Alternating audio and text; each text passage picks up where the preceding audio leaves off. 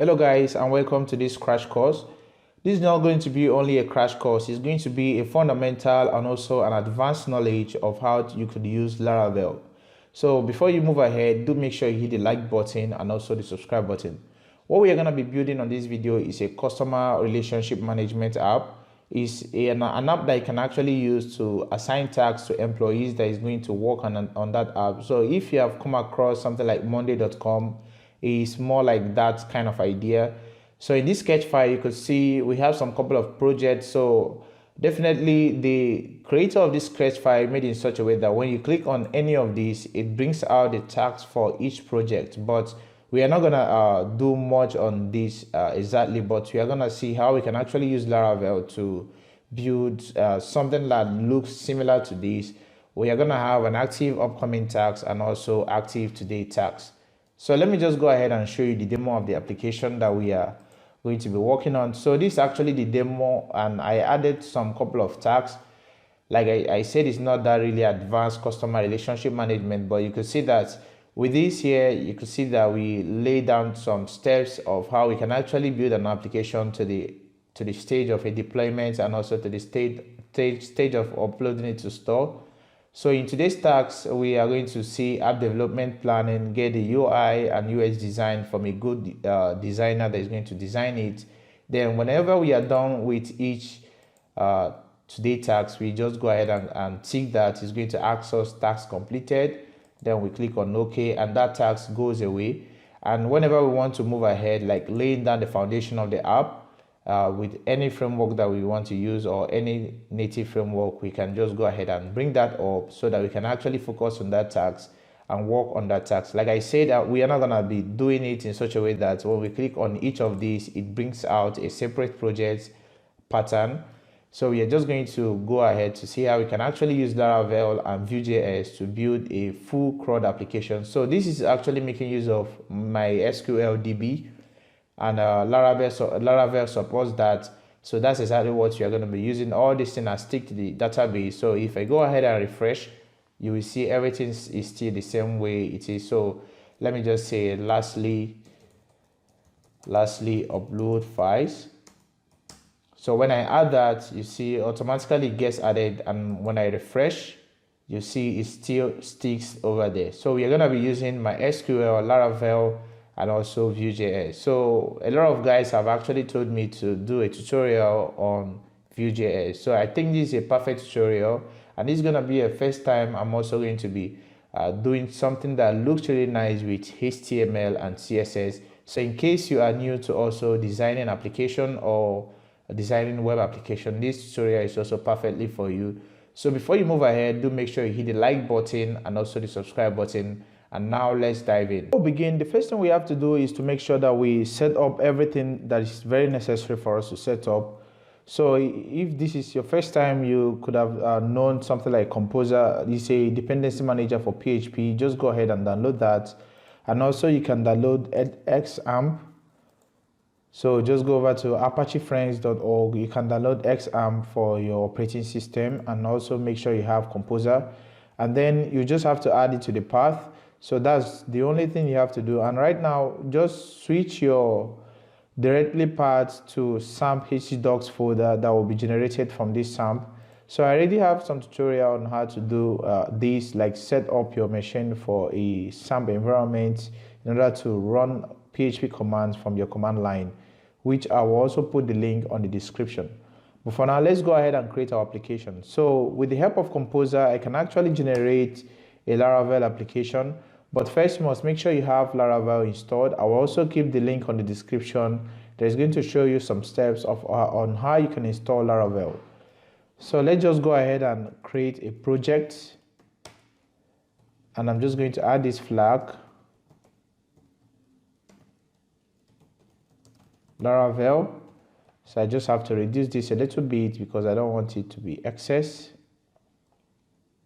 So we have Laravel/Laravel, and we can now go ahead and give it the name of the blog. So the name of the blog is Laravel CRM. So I can say CRM Laravel. So we just hit enter and just allow this to finish. So right away, we can just go ahead and switch into that folder. So we use Laravel CRM, and we can just run PHP artisan serve, and it's going to give us a link that it generated that we can actually visit on our browser to open the application. So this is very nice, but we don't want to use this way. So what you want to do is to open your notepad and run it as an administrator. So run your notepad as an administrator and click on open, and go over to your Windows directory, go over to your local C drive, Windows, go over to System 32.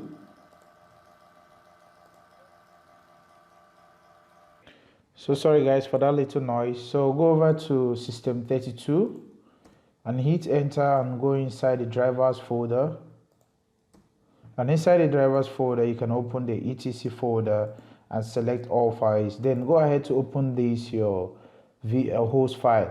So in the host file, we are going to use 127.0.0.1, and we are going to give the CRM dashboard.test. So just go ahead and save that. And then in your project folder, we are going to just terminate that and hit on start. Just select start. So come back to this XAMPP folder and go into the Apache, and inside there go into the conf extra and select the httpd vhost file, and then we are gonna just grab one of these. So just go ahead and copy that and put it down. So the first thing you want to do is to get rid of all these number signs. And then you want to set your own local host there. So I actually made a gist tutorial or just a simple blog post on how you can do that. So let's just go ahead and copy this and make that snappy. So this is kind of a little bit bigger, so I just have to replace that. And what I just have to do here is to replace it with CRM dashboard.test and save. Then the next thing you want to do is to open your XAMPP. So, but first go ahead and close every other vhost file, and let's close this link as well and close this folder as well. And what I have to do is to go back to this XAMPP folder. I have to start the SAM control panel and make sure it's open. Then I can start the Apache, and we can just go ahead and visit CRM dashboard.test, and hopefully that should work perfectly. And I think that is because we made a mistake somewhere, and that should be from here. We just have to go into that file once again. So let me just quickly go ahead and open that. I think I didn't specify this path correctly, so I can just copy that path and come here and replace that. So this was a problem. I can save and refresh my app, restart my Apache. So I can just refresh, and that should work, I think. So let's just allow it. Okay, fine. So we can see that right now we are using a custom domain name for our Laravel application. So the next thing we have to do now is to install our Vue.js UI in order for us to actually use Vue.js, because you're going to be using the Vue.js to actually build this. So the first thing you have to do is to require from Composer the Laravel UI. And it's going to install a stable version for us in our project folder. So the next thing we have to do is to add the UI scaffolding, which we have actually done, but we have to install the Laravel Vue.js. So I can just select the UI view, which is going to add the Vue scaffolding in our application, and we can go ahead and open that project on our VS Code. So right now, let me just go ahead and increase my font a little bit because I want it to be better. Okay, this is very nice. And this is just a folder structure of Laravel. So while we have done this, there are still some couple things we have to do. So one of it is to run the npm install and also run the npm run dev, which is going to run our application, but we are not going to do it this way. The first thing we have to do before we run the npm install is to make sure that we set up our Laravel to actually use the single page routing. And quickly, let's go over to resources, views, welcome blade.php. So in this welcome.php, we are gonna actually get rid of most likely everything there. So let me just scroll down and go down. I can just scroll up and hold my shift button. You can just get rid of that and also get rid of every style you see here. So I don't want any style because you're gonna be using a custom style for our HTML files. So I can just get rid of that. So you can just go ahead and save. So what you want to do here is to add a div with an ID of app, and inside that div is where we are going to be calling our component. But first we have to require the scripts that we're going to be using. So this kind of making me think that I'm still using a normal JavaScript file.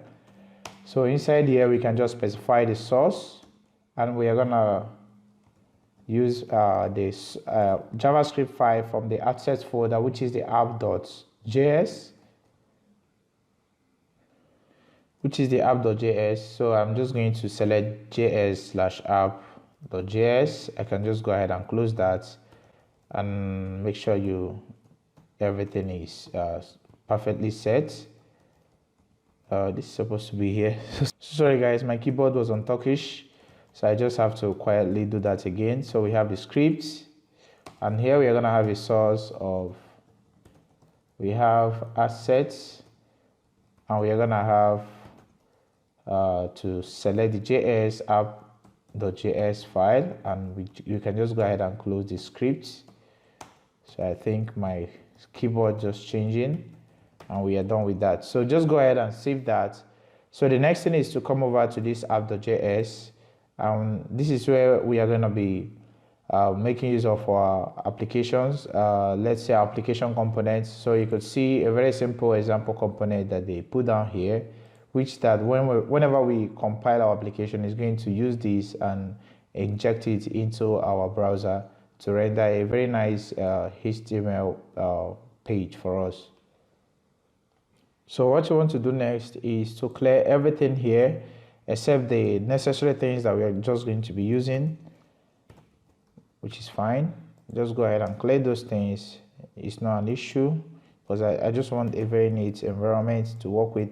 So we have this example component. Right now, let's just go ahead and make sure that we can be able to use this component in our application.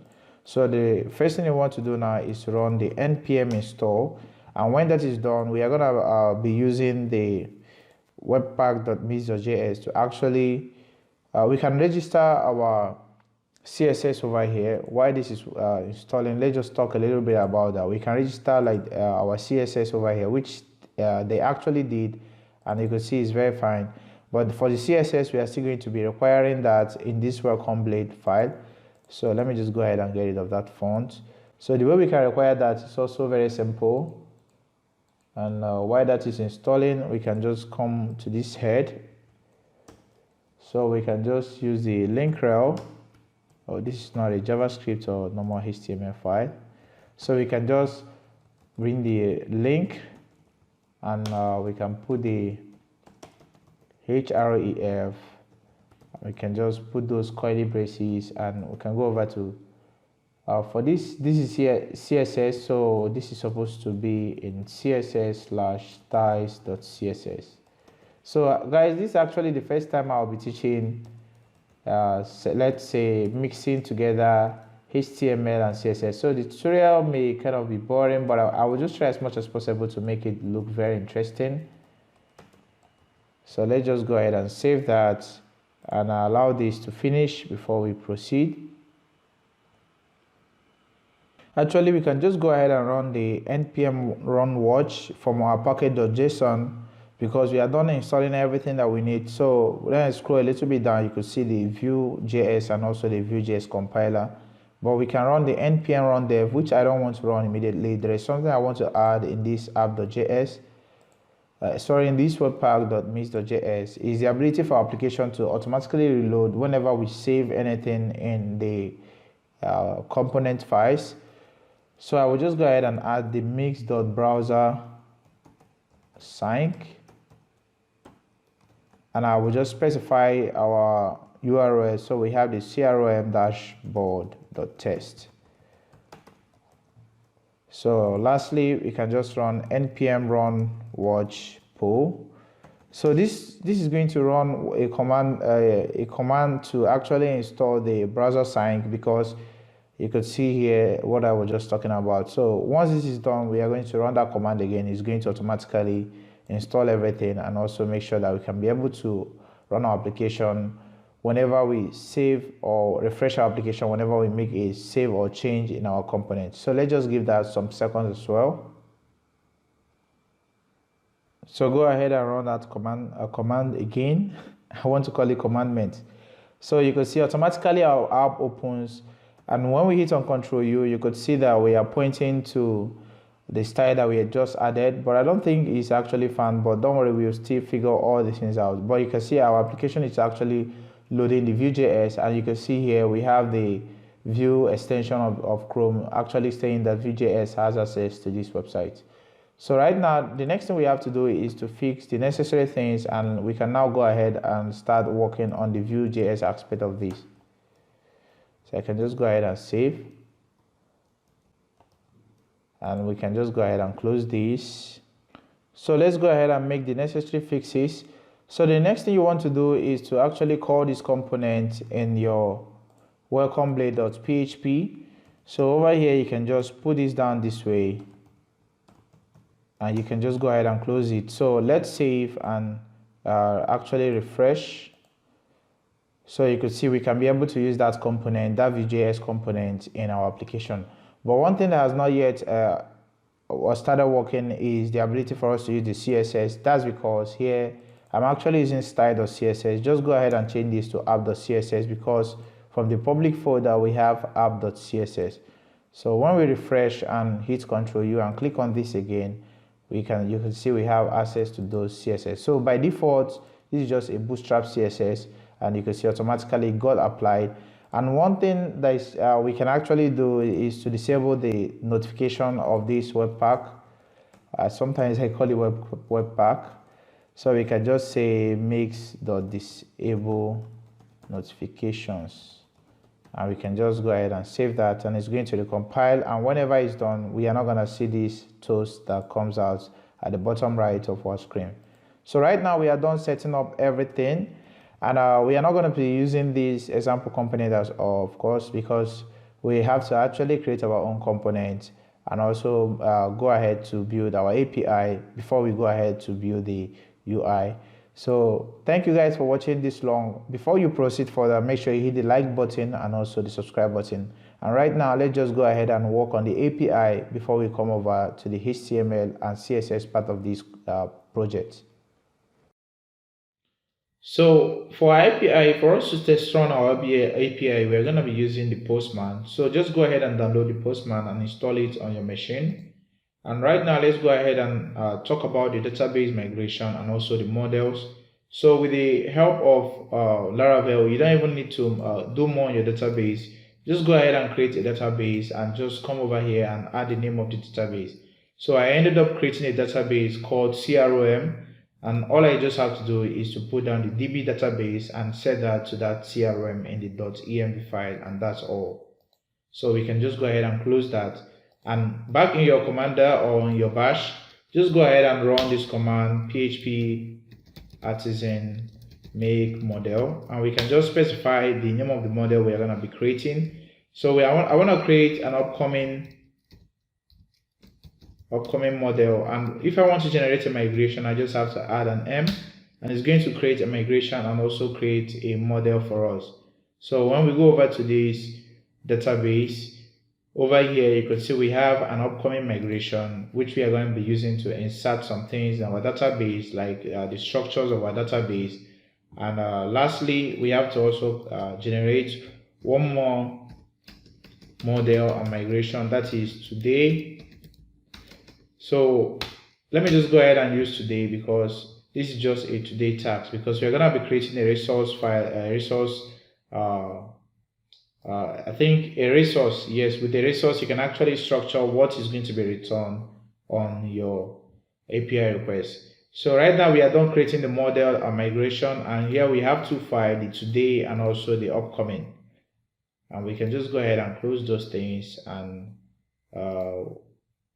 Okay, back in this upcoming table, let's just go ahead and add the necessary things that are needed here, and we are going to be using a seeder to put a fake data into the upcoming.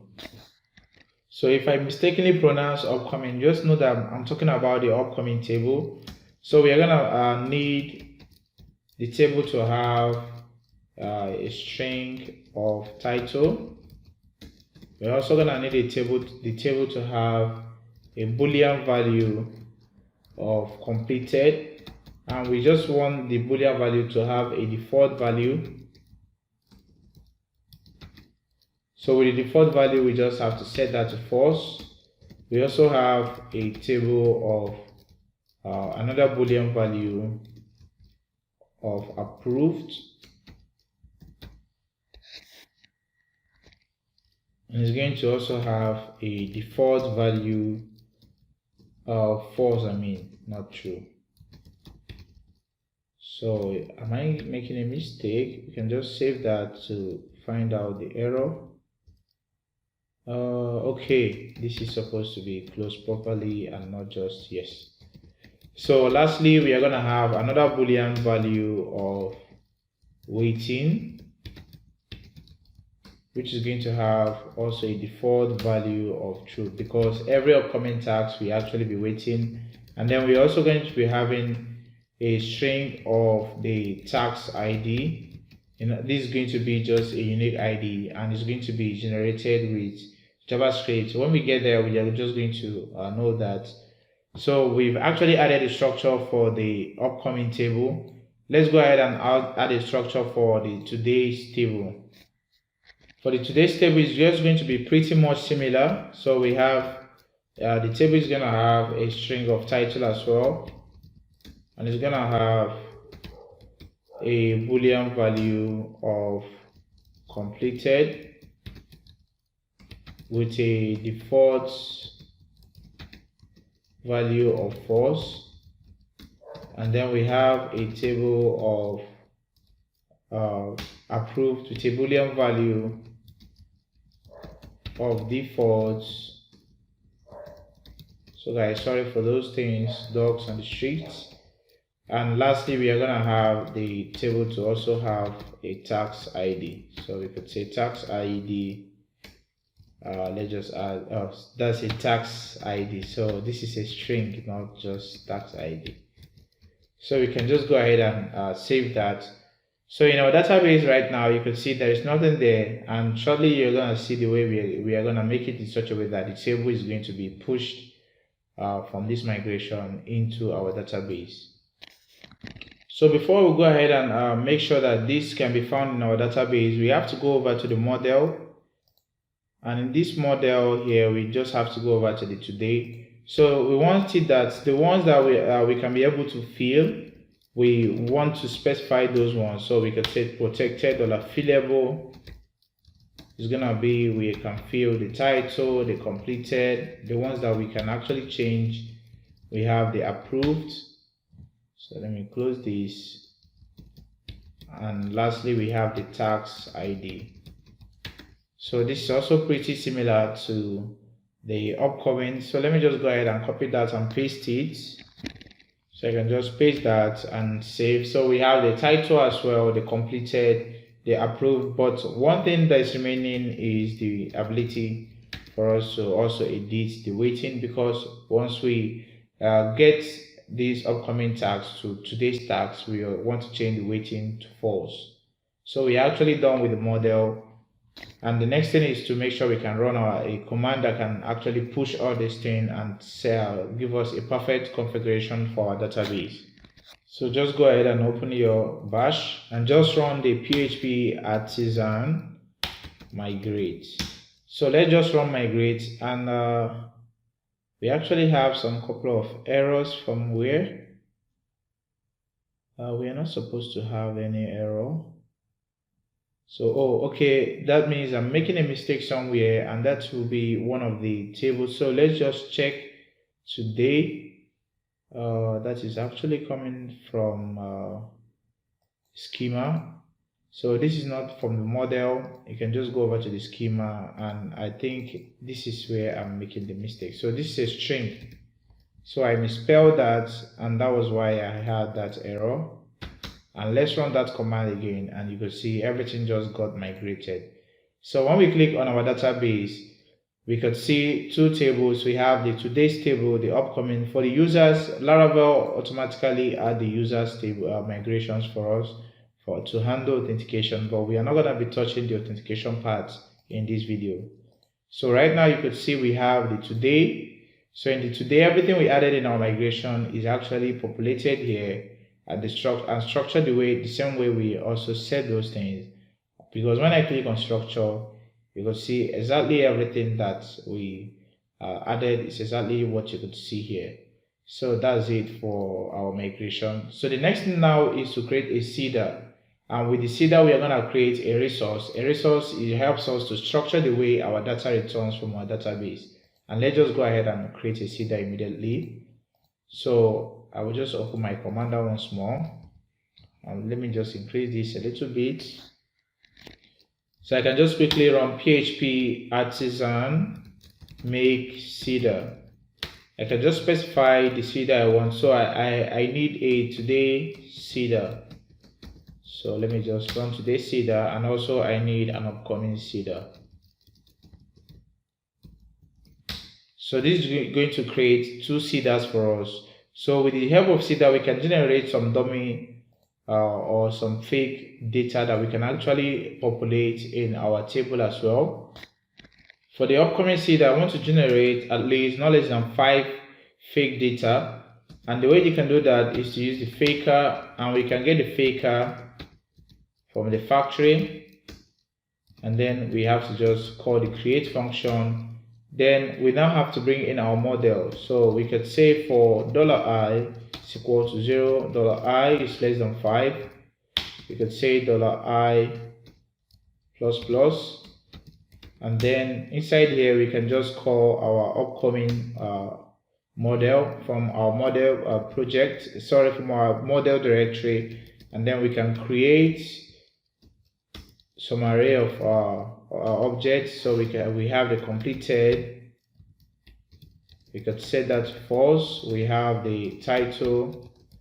We could set that to faker. So this is supposed to be faker, not just fake. So I prefer to use faker, and let me just go ahead and close this. Then we can just put this for the title, just going to be a sentence. We can actually use text, but let's just use a sentence, and I can set the number of words to be 4, and I don't want any variable words to be added to us. So I want a very nice sentence. Then we can set the approved to false. We can set the weighting. So by default, every weighting is going to be true, whether we add it or not. Then we have the tax ID. We are going to be using a string. So the string we are going to be using is going to be coming from the Illuminate support. So I can say Illuminate. We have to go over to the support. So I think I spelled this wrongly. Illuminate support. Then we can bring in the string class, which will now help us to actually use a random string of up to 10 letters. So that's it for setting up a fake data. And right now, let's just go ahead and populate this data in our database. So over here, I can just run PHP artisan. We have to use the DB seed, which is going to select a single class, because I don't want this to be on today class, today tax. So we are talking about the I think is the upcoming seeder. And let's hit enter, and I think we are making a mistake. Something is not properly set, and I think it's because we didn't add a. The first one happens to be this one, but what is the second problem? We have an array, and that fixed it. And let's go ahead and run that command once more again. And right now you can see we have actually seeded the fake data into our database. And let's click on CRM once more and go over to the upcomings. And you can see we have 5 fake data we can actually use as a common task. And that's it for the upcoming. You can actually do this for also the today task. I think we can still go ahead and do that in order to have a complete cycle. So for the fake, I just have to grab this and go over to the today seeder. So here I can just paste that, and I can just change this to today, and it's gonna be coming from our model. So for the string again, we have to bring it in from the illuminate. So I can just bring in the support, and we have the string class, and that should solve it. But for this one, we are not going to be needing everything here. We just have to take the ones that we need. So we need the completed, the title, and also the approved. And if I want to populate all the, let's say, all the seeders without specifying each of them, I can just run the PHP artisan. We can just we can just migrate fresh, and then we can seed. So what is going to do is actually clear every other migration and then seed it for us. So we have migrate, fresh, and seed, and that's because I'm using the double colon here. So you can see everything just ran perfectly. And if I click on this again, click on today's, hopefully we should be able to see some data. Oh, I think I made a mistake. We actually cleared I actually did clear the table, not exactly. So I think PHP artisan DB seed. I think this should work. So it's been long I used Laravel. Oh, it didn't work, but let's just go ahead and specify this by itself singularly, and also the today seeder.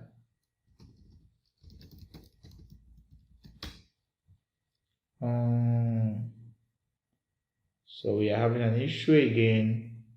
Tax ID doesn't have a default value,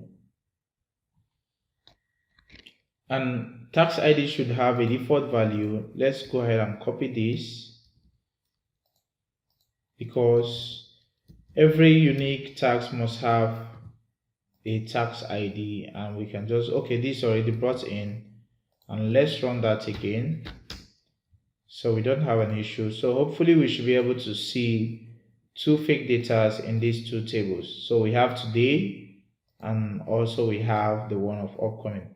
So right now we have actually showed you how we can actually use the migration, the model, and also the seeder. One more thing that is remaining before we move ahead is to create our API, is to use the resource, and then we can actually use the postman to start creating.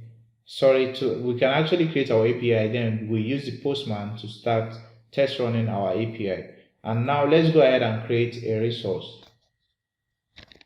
And right away, let's go ahead and open our commander. And what you just have to do is run the PHP artisan command, make resource, and then we can create a today tags resource. So this is going to create a resource file for us. And the resource file is located in the app folder, and you could see the resources folder here. So you could see we have the today tax resource.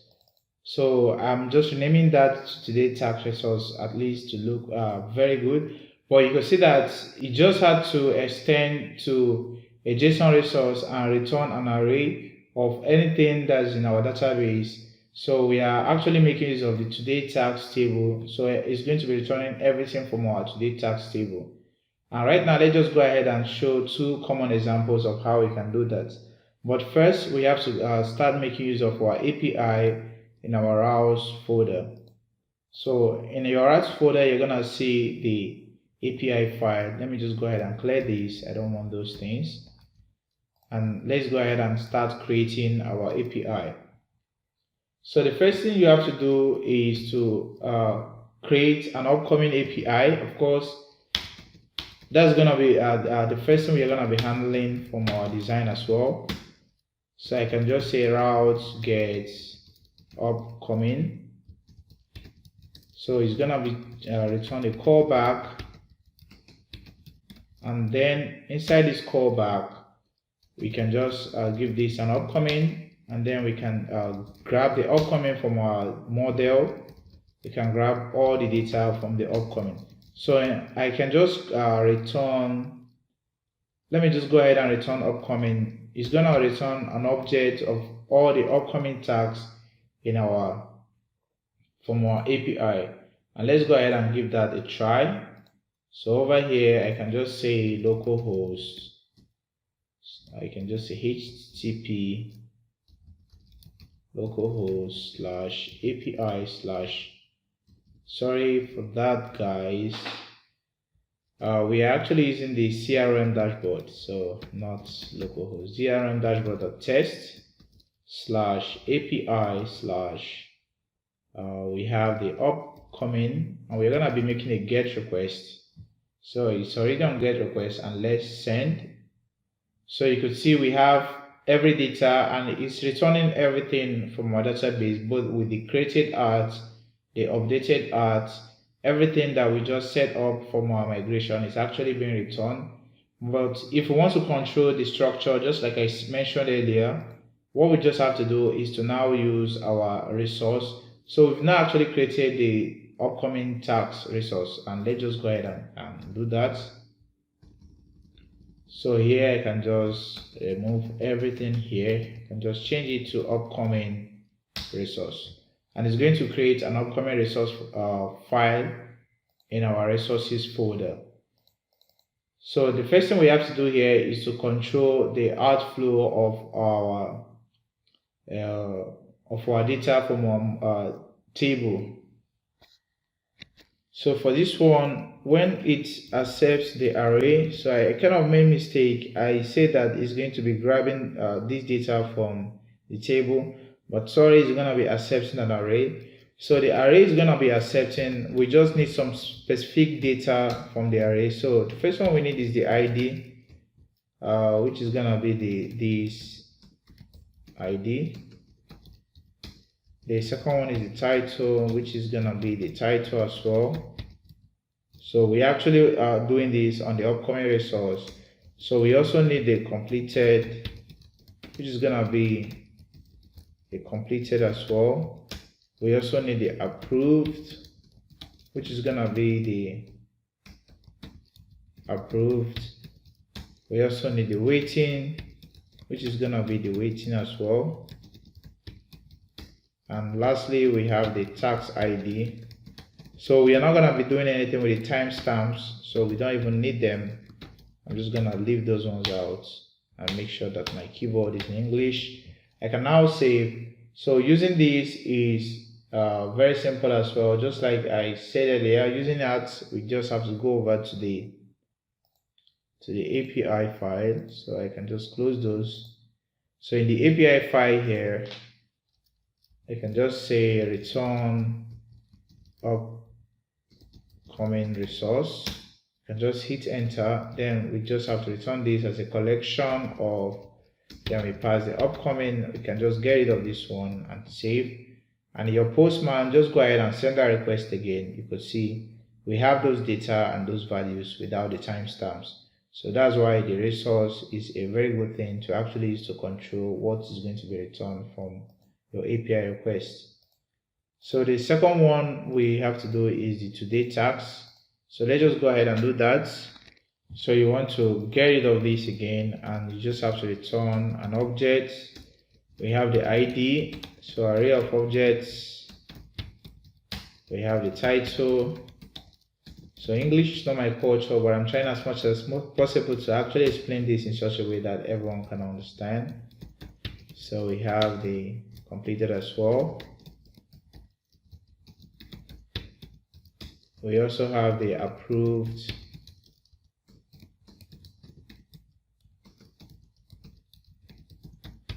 And lastly, we have the tax ID.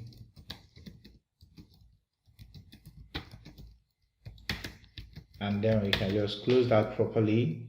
And using it also is in our API, but for now we are not going to be using this till we get to that point.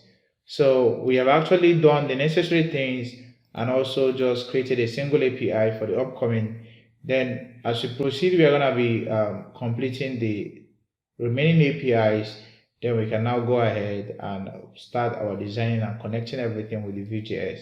So if you really have come this far, do make sure you hit the like button and also the subscribe button.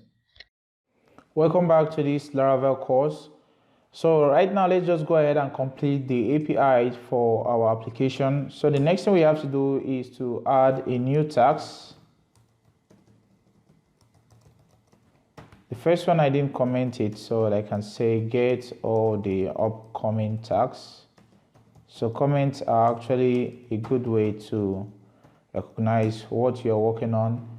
Then for the add a new task, we're gonna be making a post request to /upcoming, and we can just return a callback here. Then inside this post request, we are gonna be accepting a request, and we can map that to the request. Then from the request, we are gonna be grabbing some couple of data, but we want those data to be inserted into the upcoming table. So we use the upcoming table. Then we can create a new data. This is not a fake data as well. This is just the data we are going to be sending from our application. So we have to grab the title from the request. We also have to grab the tax ID.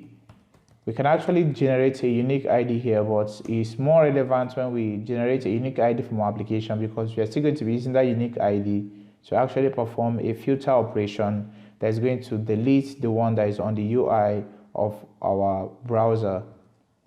Then we have the tax ID. Then we also, for the weighting, we have to grab the Boolean value from the weighting.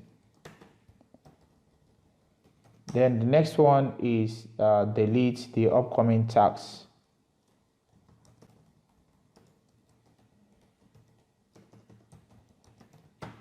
So I'm just gonna scroll this up. So I feel like increasing the font size. Let me just add 1 to it, or 2. Let me just add 2. I think 2 will be much better because I want it to be a little bit bolder. Then we can just make a delete request to /upcoming.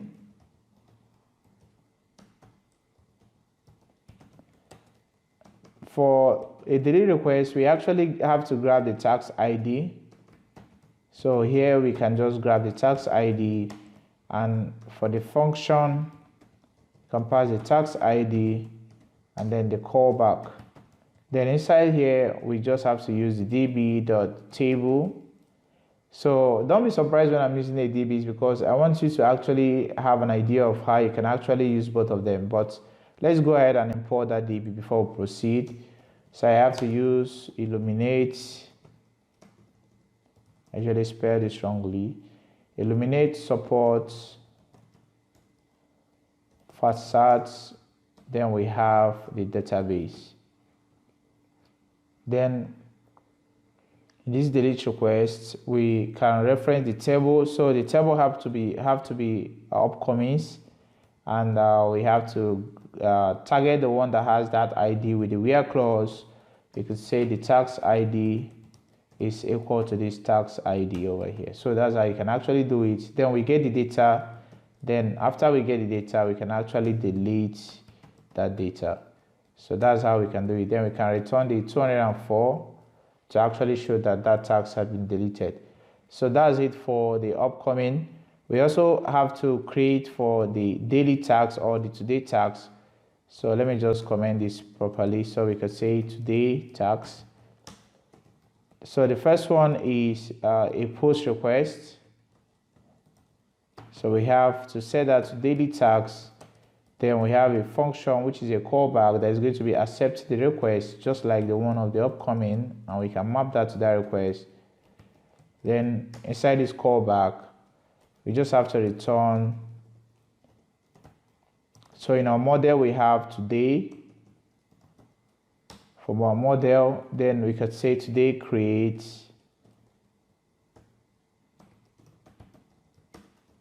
Then we have the ID. We can grab the ID from the request. We have the title. Then we have request title.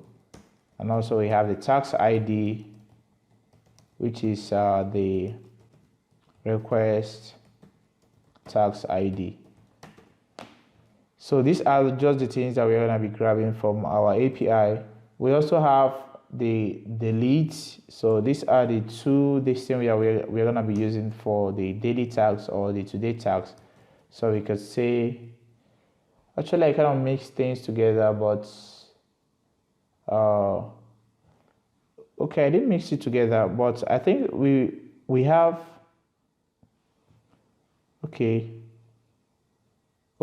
yes, I didn't mix it together. Everything is still fine. So we have the delete today tags. So that's gonna be a route delete request. Then we have the daily tags, and don't forget that we must always use the tags ID to recognize the one that we want to delete. Inside this function, we are gonna be getting the tags ID. Then we can still use the DB. I can just go ahead and grab this line of code without even wasting time. Just paste that. All you just have to simply do is to change the name of the table to today, whatever it has been given to, like whatever the name is, sorry. So here we have today's. So we're gonna be using today's for the table name.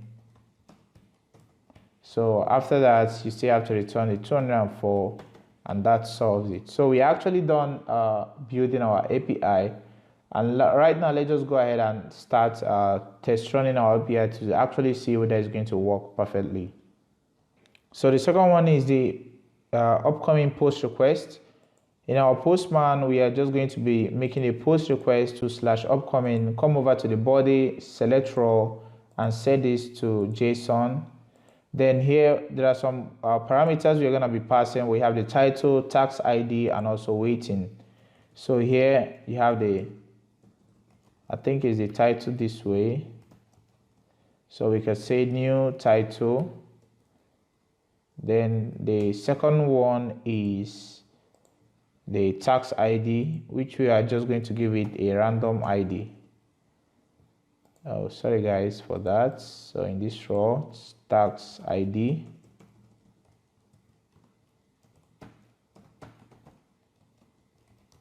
So we can just give it a random ID.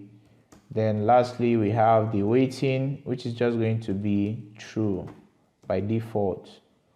And let's go ahead and make a post request. So you can see automatically that got added. And when we check in our database over here in the upcoming, we should see the new title and also with the new ID. So this is actually working perfectly. The next thing we have to give a try is the one of the delete. So we want to make a delete request to /upcoming / the ID of what we want to delete. So in our database, we're actually using the tax ID. So I just have to, let's say, grab the tax ID of the fourth item, and in our postman, I want to select a delete request here, and then I can just add / I can just add that tax ID. So set this to none and kind of reduce this and send. So you can see we returned a 204, and in our database, when we refresh, we shouldn't get the fourth item again. So we have 1, 2, 3, 5, and 6. So that's how we can actually delete. So let me just go ahead and delete one more. You can actually see that the last tags that we added should be deleted. And let's click on upcoming again. So we shouldn't have the item 6 again. So everything is working perfectly. So we don't need to waste much of our time again trying to actually test run our API, since everything is working perfectly. And let's go over to the view part of this, or the UI part of this.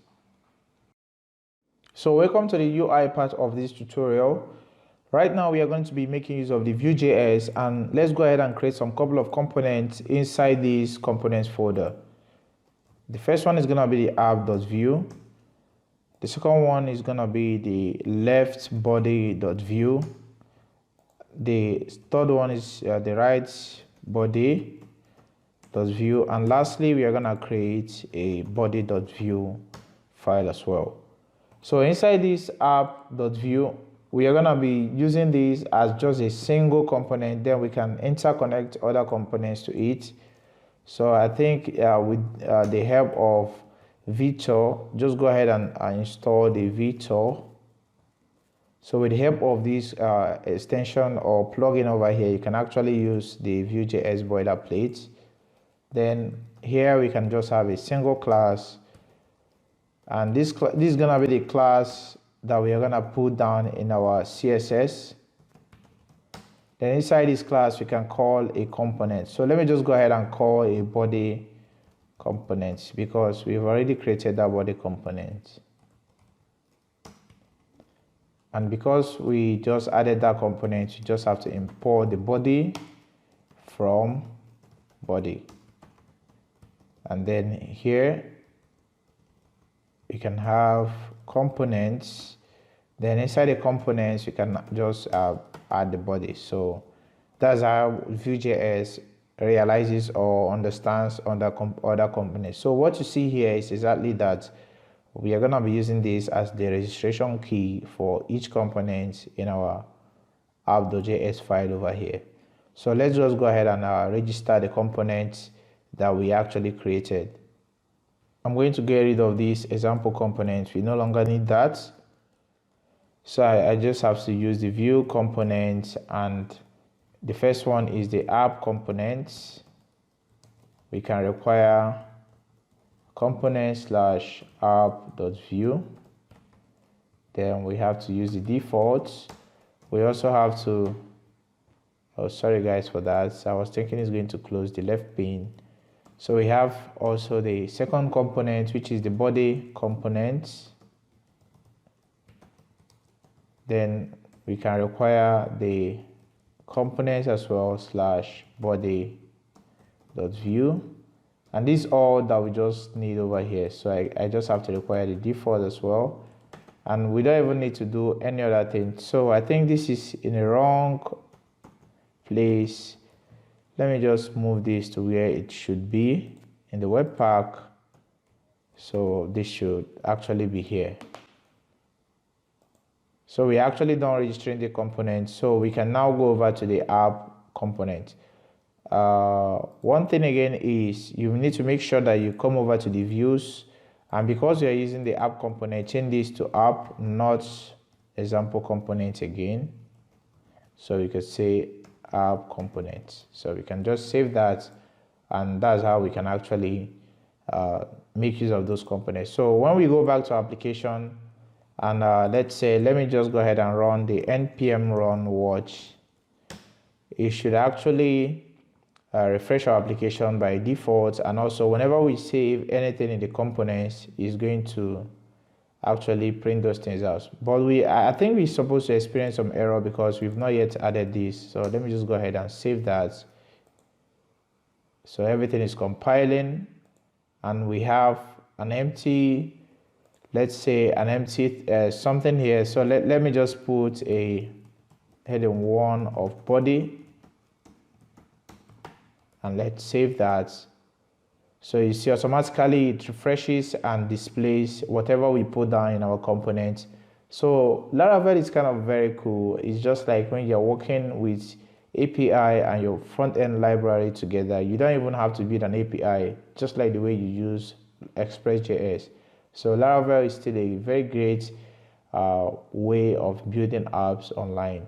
So let's just go ahead and start everything that is very necessary for applications. So in this body component, we don't want to use the heading 1. So I'm just going to add another div and close that.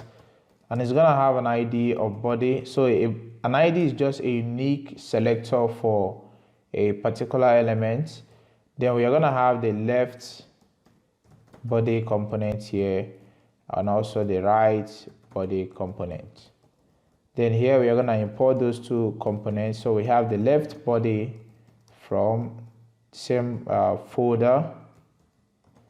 So we have the left body, and also import the right body from the right body. So that's how we can actually use that. And don't forget to register the components. So you have the left body and also the right body. And just go ahead and save those components. And you can just go ahead and now open those components and type down the view. And also for this one, you do the same thing. And the only thing now remaining is to put down the HTML and also the CSS. There are some couple of images that we're going to be working with, and these images is actually added here by me, and I'm going to make available these images for you so that you can actually follow along in this tutorial. And also I will make available the sketch file that we actually previewed earlier. So here we're going to have a div with an ID of left, because the right one is going to be on the right component. And then inside here we're going to have an image with a source of image/hamburger.png. So let me just make sure I'm in the right source. So we went back one folder, images hamburger.png, and we have also a class of profile. Then inside this class of profile, we're gonna have a heading one of hi Samuel. Let's say hi, the name of the app user. Then we have a heading 2 of let's make projects more amazing. So I actually want to touch this HTML part of this tutorial so that even if you are new to designing, you can actually know how to actually style. So what we are doing now is just a simple design. Then we are gonna put an input. With an input, you can actually add a place for typing text. So we can add a search. So we have search a project, and beneath that we have an image with a source of images/search.png as well. Then beneath that we have, I think .project should work, yes. Then we have .a project. So a project is let me kind of quickly open the sketch because I want you to understand what we are actually doing. So a project is, each of these projects over here is actually what we are doing right now. So we have a project, and inside a project we have a boss color class with an image of source images/overlay.png, and then we have a span of just pt span. So what we actually do here is just listing these things out. So I'm just going to quickly duplicate that. But before we duplicate it, one more thing you have to do is to add a heading 6. At the bottom here, we can add a development to it. So let's just go quickly and duplicate those things.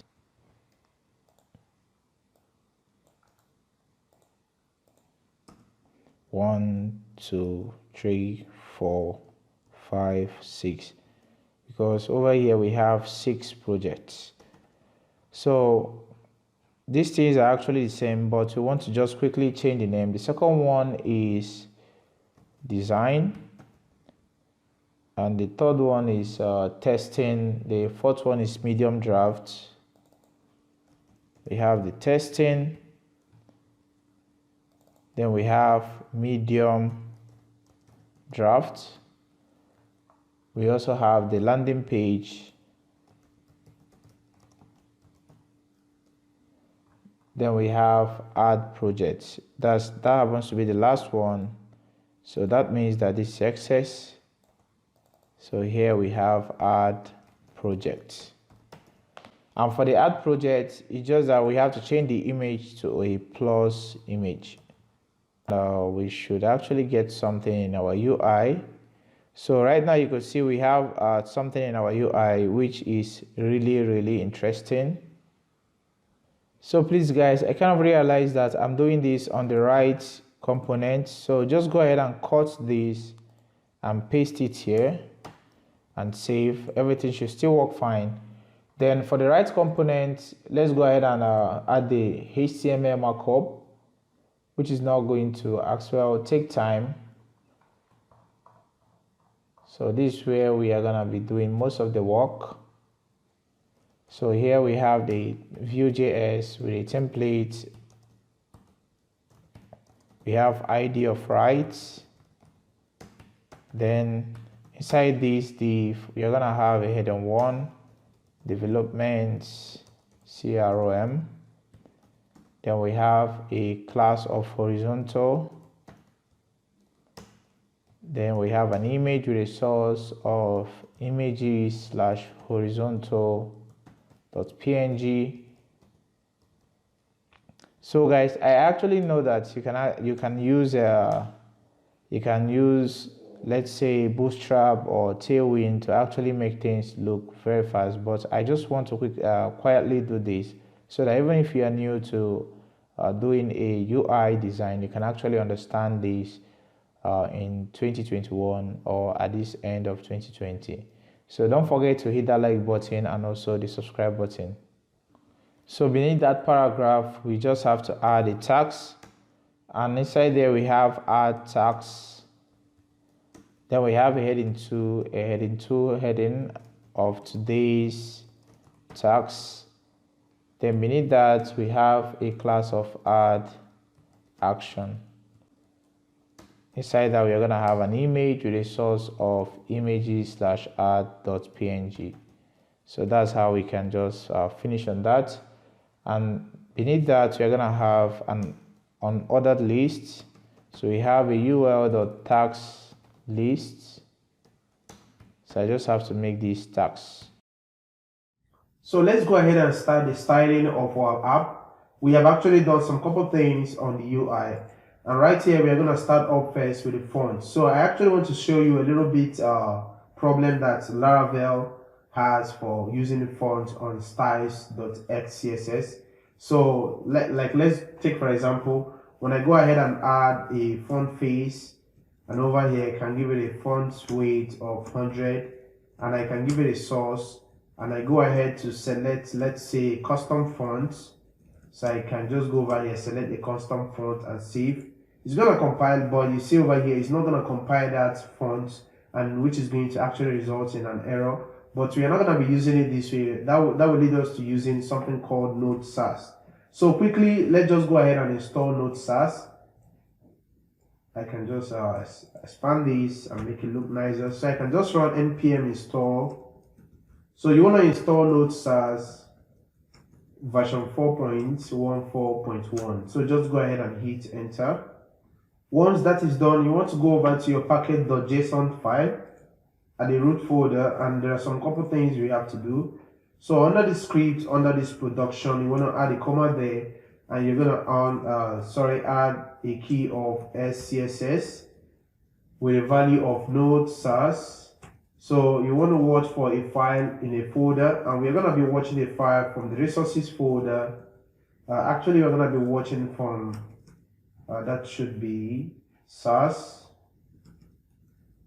and from there we want to compile it or output the results to public/CSS. So whatever file here or whatever CSS file we see here is going to be compiled back to that public folder, but we are going to be using Node SAS. We're not going to be using the Laravel mix. So you can actually I can recommend you putting these inside the CSS file. For me, that's the best. So I just have to drag this and put it over there, because if you still go ahead to use the fonts over here, it's still going to have a crash. But you may end up having some let's say you may end up having some error on your console. Just go ahead and ignore that. it's just trying to tell you that it couldn't find this styles file on the SAS, which is not a conventional way of doing it, but for some purpose I also want to touch about this node SAS. That is why I said just drag it over to this CSS folder. So right now let's go ahead and complete what we are doing. So over here you could see, just like I said, you're going to experience some error, but just ignore that and let's move ahead. And you want to come back here and change this to SCSS, not SCSS. So make sure you spell this correctly. We are using the resources folder, so make sure you don't add double S, and whatever we do here is going to be compiled here. So let me just go ahead and now let's say save this, and here we should actually get a result. So let me kind of add a global style of color red and save, and come here, duplicate your bash or your commander and run npm run css. So once this is watching, just go ahead and save that file. So when we save that file, and so let's resave that. Oh, sorry guys for that. So when we receive that, you could see it wrote the CSS to that public directory, and it's gonna override that and also give us that same output. And once we want to make use of a font, we can now go ahead and make use of a font, which is not going to result in any error. But when we go over to that public folder, you can see automatically we can now be able to use fonts from our directory or from any location using the node SAS. And for some reason, I just wanted us to touch on this node SAS because I kind of mentioned earlier that it's a crash course. So even if you don't know how to use custom styling or custom SAS files, you can now use it with your node SAS, and coupled with the file, you can mix it together with your fonts from a different folder path. So that's exactly these fonts that we're going to be using. I'm going to make available these fonts on the GitHub repository. So let's go ahead and start immediately, and let's get rid of that. So the first thing we're going to be doing is to make sure that we can now properly use a font as well. So I'm just going to call this Myriad Pro Light, and it's going to have a font weight, sorry for that, font weight of normal, and it's going to have a source of URL. So you just go back one folder and locate your CSS file, and you want to select the light font size, fonts family. So you want to add another font and give it a name. So this can just be any name. You can just even name it Samuel or your own personal name. And this is Myriad Pro Regular. And this one, you want to add a font weight as well of normal. And you want to give it a URL. Sorry, not a URL, a source with a URL of back to folder or a single folder. Then you want to let's select the one with the regular. So I can just go ahead and copy this down maybe like 2 more times. Then this one, we're gonna change the fonts family name.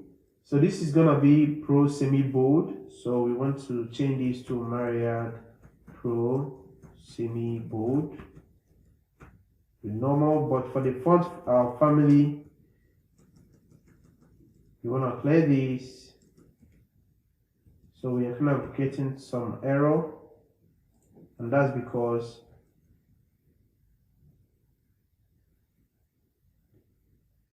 and you want to change the URL to font slash.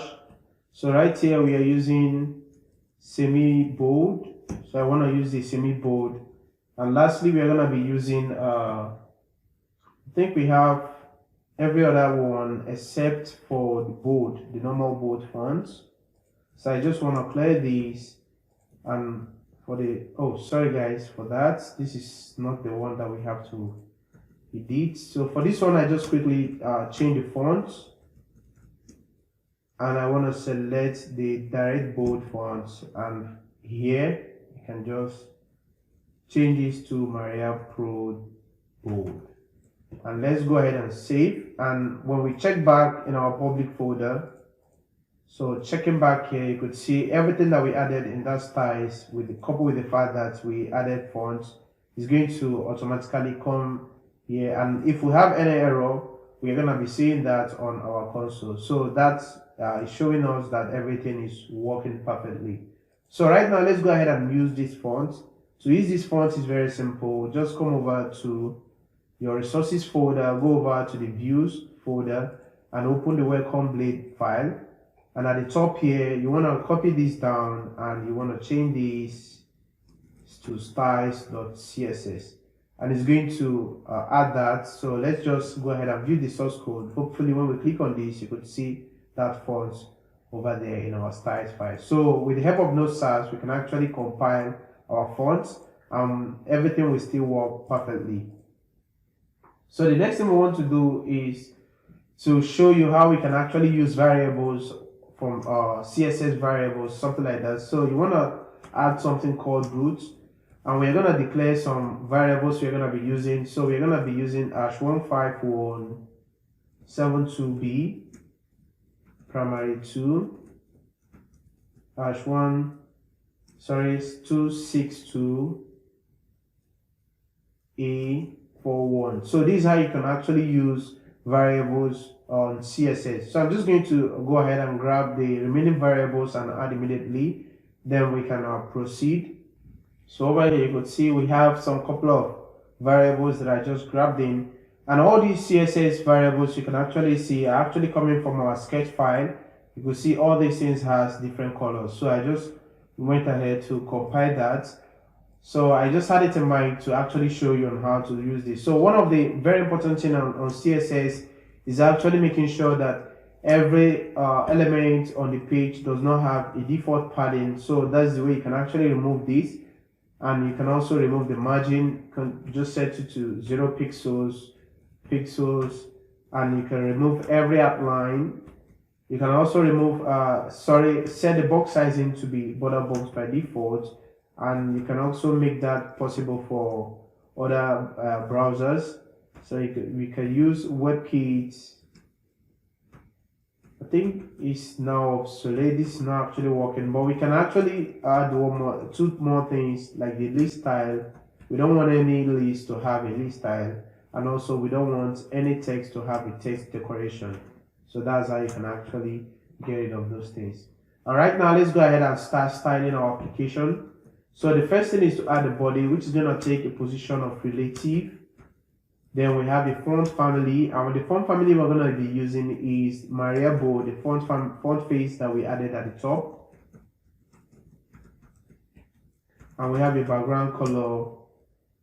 Then we can use our variables with the var, and we can select primary one. And here we can actually disable the scroll bar because I don't want the scroll bar to show. So we could say WebKit scroll bar, and here we can just display none, and we can now hide the scroll width. And the way we can hide that is to say the scroll width is 0. So this is scroll width, and we can just set that to 0 pixels. So make sure this is double not tray. And let's save and check our application and refresh. And hopefully we should actually see a results. So right now it seems like we are not seeing anything, but here we have, okay, here we are having an error. So like I said earlier, if you have an error, you're gonna see that on your console. So on line 53, we do have an error on line 53. So this is line 53. So the error we have here is that I added double ampersands. And let's save and check again, and everything should work perfectly okay. So right now you can see our application is starting to make sense the way it should make sense, and everything looks okay. And let's go ahead and complete the styling. Then we can go over to making sure the application can work perfectly. But I kind of want to say that for the styling, we're going to be doing it as well with HTML where necessary. But as we move ahead, we're going to be making sure that our application is going to be looking nice.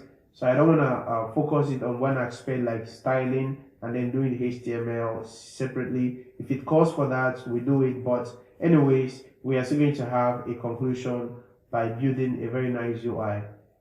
Then the next thing we are going to have is to disable the image select, because I don't want the image to be selected. So I can just say image select none. Then we are going to have our aim container. So inside this M container, we're going to have an ID of body, which is going to display grid. So for here, we have grid templates columns, which is going to be 40%, 60%. So what you see here is exactly what we are doing here. We are giving this a 40% and we are giving this one a 60%. Then we're going to give it a grid template area. So grid template area is actually used to position your layout manually. So we're going to have the first one, which is the left, and we're going to have the right one, which is the right. And then we're going to give it a padding 16. So for every angle should have a padding 16. Then if you could recall earlier, we had this left ID. So here we have this left ID, and this is exactly what you want to start styling now. Then inside this body, just break it down and reference that left ID. Then we have to give it a grid area of left, and that's exactly what we are using on this one. Then beneath that, we're going to have a padding of 15%. Then we're going to have a position of relative as well. Then for the hamburger is exactly what you see over here, this little icon over here. So that's exactly what you see here. But you could see that immediately we have the left and the right, and everything is kind of getting in shape. Then for the hamburger, we're going to have a position of absolute and a top of 0% with a left of 2%. And I can just add a cursor pointer. So this serves as nothing but just to make your cursor look kind of different when you hover that image. So you could see immediately we saved. We have the padding of 15%, I think. Then we have the hamburger to actually take the position of the top and the left of 2%. So that's exactly what you see here. Then we have the profile. Then for the profile, we're going to give it a margin top to stay away from the hamburger. So we're going to give it a 5 pixels margin top. Then we have the heading one, which contains the high Samuel. Then we can say the font family to be Open Sans and Sans Serif. So you didn't see me use Open Sans, but we are going to grab that font shortly from Google Fonts. So if you know how to do that, you can just go ahead and do it. But the way we can do that is to go over to Google Fonts. Then in Google Fonts here, we're going to search for Open Sans. Then look at Open Sans here, just go ahead and select that. Then over here, you want to click on it and you can select as many font family or font sizes you want to see. So you just want to select some couple of fonts. Then you want to select the import. Just go ahead and grab that and come at the top here. So it's usually best at the top over there. You can just paste that. Then when you save, it's going to reflect on the element that is actually using that font. And beneath that, we're going to have a font size of 34 pixels. And we're going to have a color of variable white. And we're going to have a font weight of 500. We're also going to have a text transform of capitalized to actually make the first letter to be capital. So you could see we have hi Samuel, and everything is kind of getting nicer. So we're not gonna waste our time like styling the right side as well, but I just want to show you a little bit of how you can use CSS. Then we have the heading 2 as well, which is gonna have a font family of open sans serif, font size of 16 pixels, the color of custom gray, and also a font weight of 300. So you can just go ahead and save that. You can see the changes just kind of took place immediately. And after this search, you want to come back, you want to come down under the profile, and you want to target the search class. So for the search class, we're going to set the border.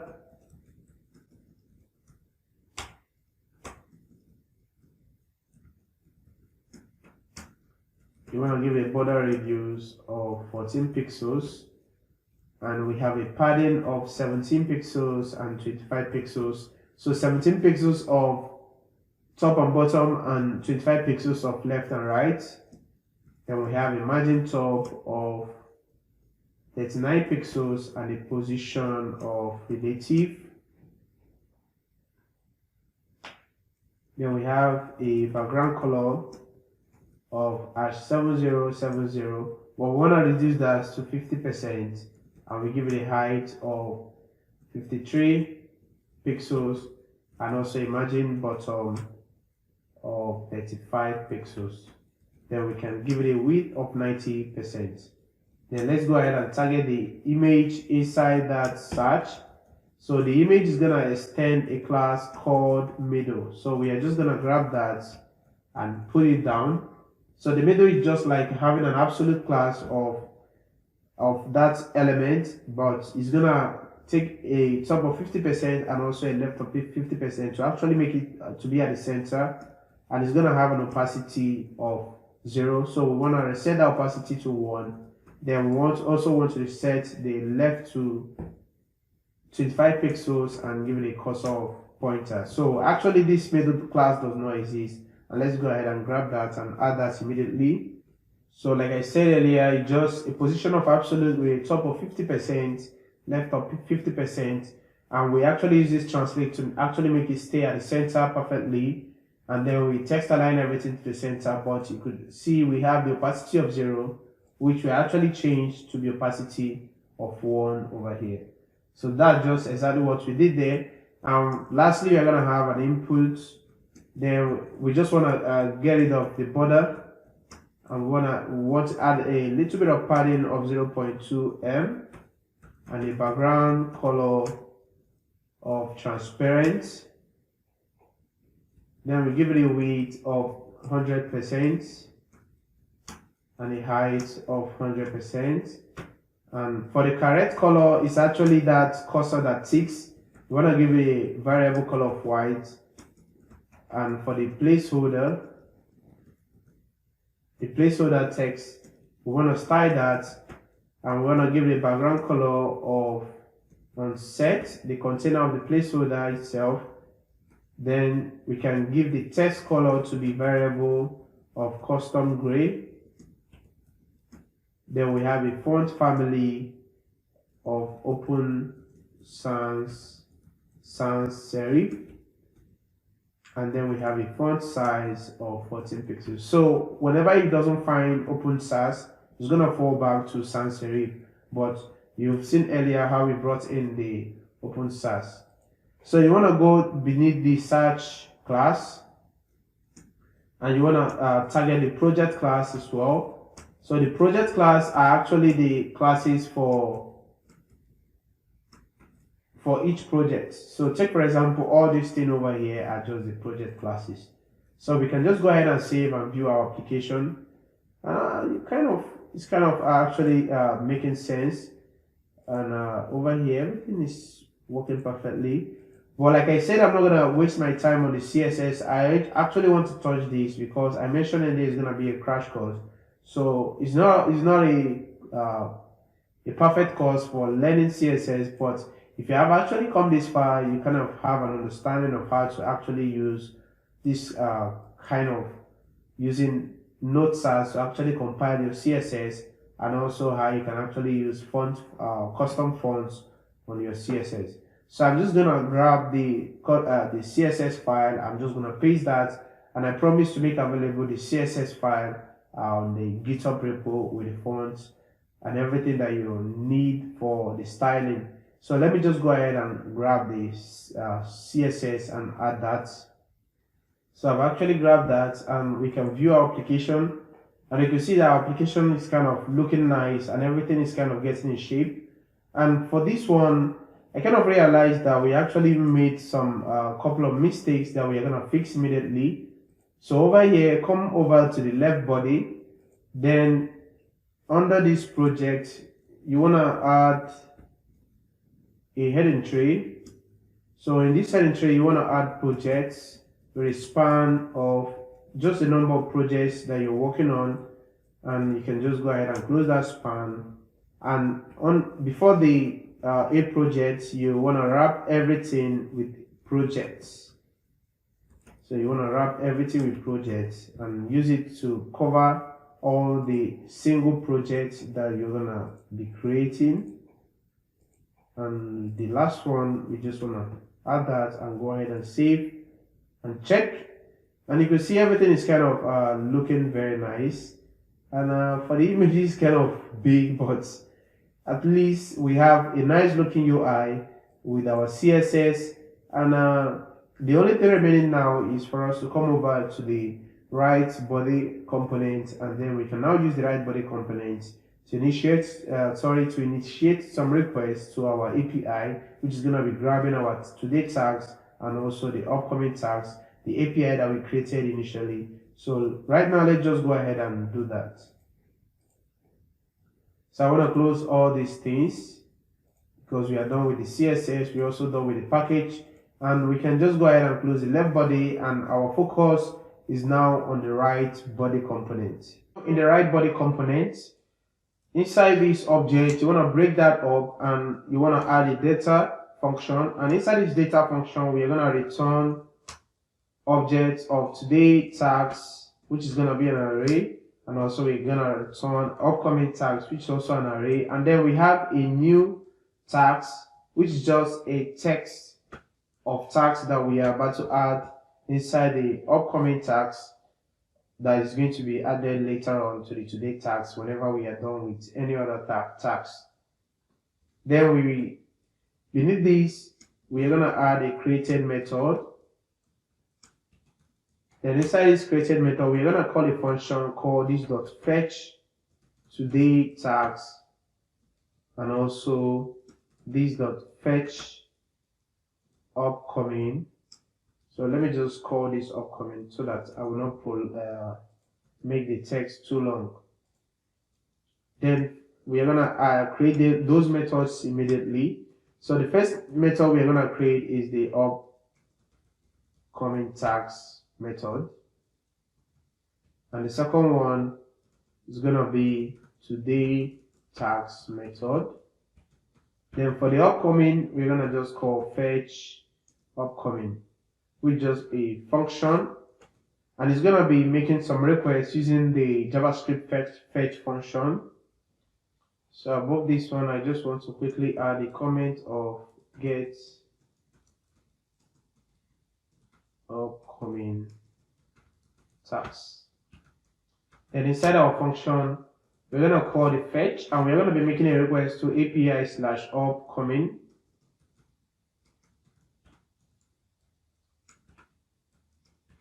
Then it's going to return a callback, and also we have to catch any error in case we do have an error. So I just want to console.log that error. Then inside the callback of the then, we want to use the structuring to get data, and what we simply want to do is to map that data to the upcoming tags, and we can just set that like that. So every upcoming task is going to be the data is going to be assigned to the upcoming tags, which you're going to be using a for loop to actually render it out. So that's why you could see over here we didn't actually do anything meaningful yet. But let's just go ahead and grab those data, then we can just move ahead. So for some reason, I just have to console.log this data. Then when I save and go back to the browser and open the console, we should definitely get something it says this dot date. Okay, we don't have a function called today tags. We can just quickly go ahead and fetch today tags. So this is get today tags. So guys, sorry for it being on the bottom. So refreshing that, save styles. Just like I said, you can actually go ahead and add the style, but I don't think it's gonna help issues for now because I don't want to touch that aspect. I just want to use nodes as. So here we are getting an undefined, and here we are making a request to /API/upcoming. So sorry guys, I cannot remember one thing I did here, which is actually wrong. When you use fetch, you have to map your results to a JSON. So I'm just gonna clear these. So we could say then. So the first thing we have to do is to get a response, and we can map that response to a JSON. And then it's gonna return the data, and we can now map the data to this dot upcoming is equal to data. So even if we go ahead and console.log this data, we are still going to get some couple of things from our console. So right here you could see in our console we have 5 tags that we added to our, I think we use seeders. Yes, we use Laravel seeders to actually add that to our MySQL database. So let's just go ahead and save that. And right now, let's just go ahead and display the upcoming tags before we move ahead. So quickly, beneath this div, you want to add a div with upcoming class. And inside there, you want to have add tags, but this is going to be a plural. And inside the add tags, you want to have a heading 2 of upcoming. So you want to make sure that this is actually a small letter. Then we have a class of add action. Then inside there we're gonna have an image, and for the source we're gonna go over to the images/add.png. And beneath that we're gonna have a form. Then for the form we're gonna just leave that action, but for the submit button, whenever we hit submit, we want to call a function called add upcoming tags, which we are going to create in the method section. And inside here we have an input with a type of text and a v model of new tags. So the new tags here, we are just binding the new tags with these new tags over here. So whenever changes are made over here, it's going to bind the changes to this data new tags, which I initially mentioned that it was actually a text. Then for us to list out the upcoming tags, we are going to have a UL with a class of tags list, and then we are going to have a list. So for the list, we are going to use the v-for. So with the help of v-for, we can actually do some loops on Vue.js. So we're going to be looping with the upcoming tags. So this is supposed to be upcoming tags. I think upcoming. Okay, this is upcoming. So, but we can just give it an upcoming tags in upcoming. So this is just a simple thing, and then we're gonna give it a special key. So each item is gonna have a unique key. Let me just close the left pane, and we are just gonna select the upcoming tags.id. So sometimes Vue.js looping kind of make me to be confused, but very soon I will be conversant with using Vue.js a lot, because recently I've been using React.js, so that is why I kind of feel reluctant in some things. But we're gonna have a class of info, and we're also gonna have a class of left. So in this left, you're gonna have a label. So for the for, we just have to get rid of that, but add a class of my check box, and inside there we're gonna have an input, which is gonna be a type of checkbox. and we're gonna give it a name of test, which usually for now it doesn't really make sense, but just for some reason let's just leave it. And we're gonna bind it checked to the upcoming tags dot completed. So whenever it's true, it's gonna be checked, but whenever it's not true, it's gonna be false. Then we want that whenever you check it or whenever you click on it, we're gonna call a method called check upcoming, and we're gonna be passing the upcoming tags dot tags ID. So we just have to make sure that everything we do here, we spell it very correctly, and then we can go ahead and save. And one more last thing here, you just want to add a span. So these things are relevant because of the way we did the CSS. Then beneath this label, we're going to have a heading for, which is going to accept the upcoming tags dot title. Then beneath this div, we're going to have the right. So for the right part of this is where we're going to be displaying the text.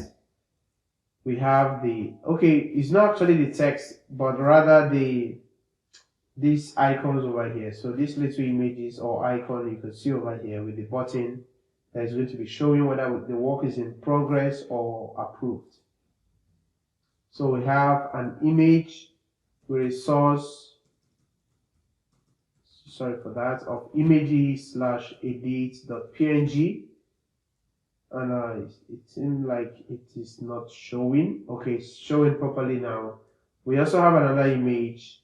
Then this one is del, that's delete, but this one is gonna have at click. Whenever we click on the image, we want to call a method called delete upcoming. So these are the methods that we are going to be creating shortly, and we are going to be deleting with the tags ID as well. So you could say upcoming tags dot tags ID. So we can just go ahead and save that, and let's check in our UI. You should have something that looks really interesting. Over here it's kind of not properly arranged, but let's just go ahead and fix that. So right here in the add tags, you want to close this with a, for the upcoming we have to close this over here. So that means that this div, we're gonna get rid of one div, and let's save and check again. And right now you could see everything is properly arranged, but we couldn't see our tags, and that's because we are making a mistake over here. We just have to make sure that we type down the correct text, and hopefully we should see something. So we are looking from the upcoming. So we have upcoming over here. So hopefully we should see some results. And I think it's because of the methods that we've not yet created.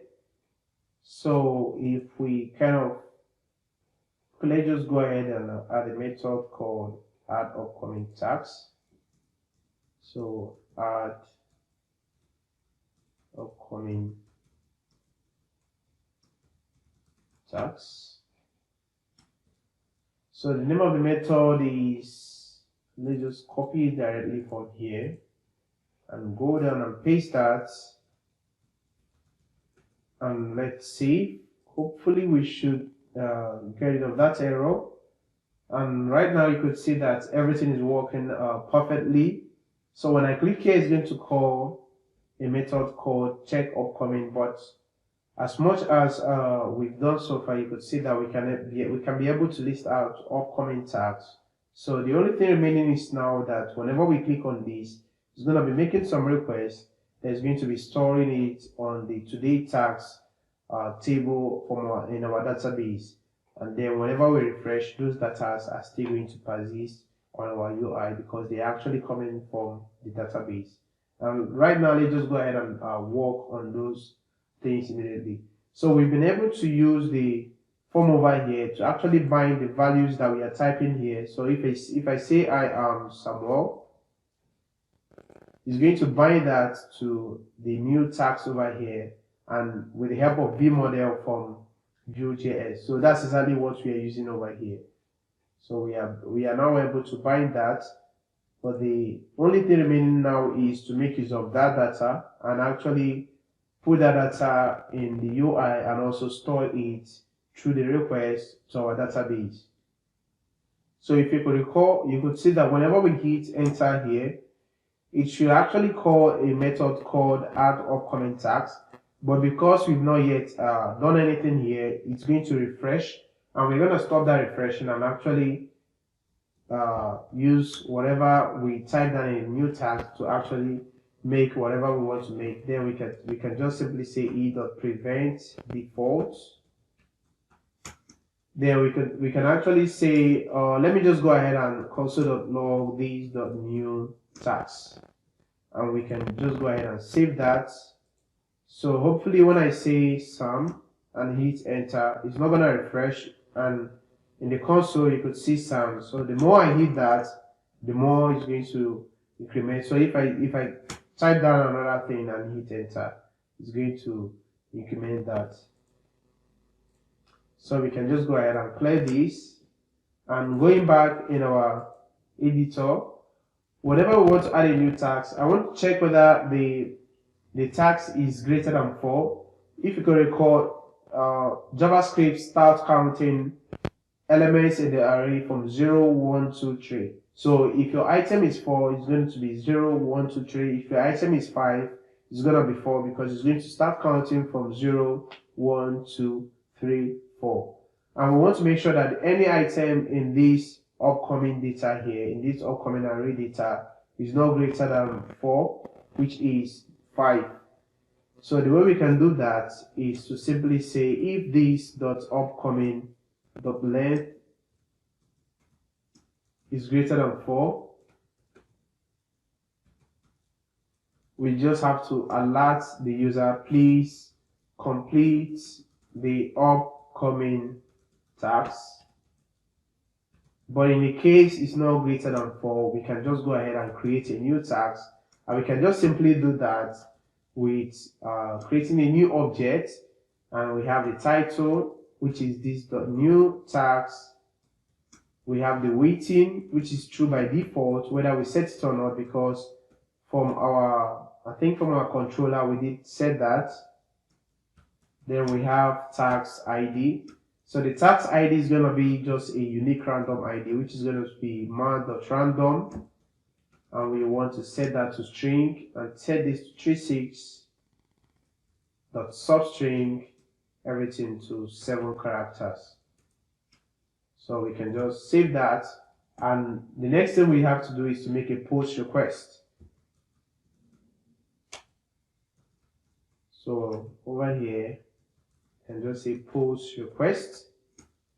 Then we're gonna make a fetch post request to API/upcoming, and it's gonna take a method of post.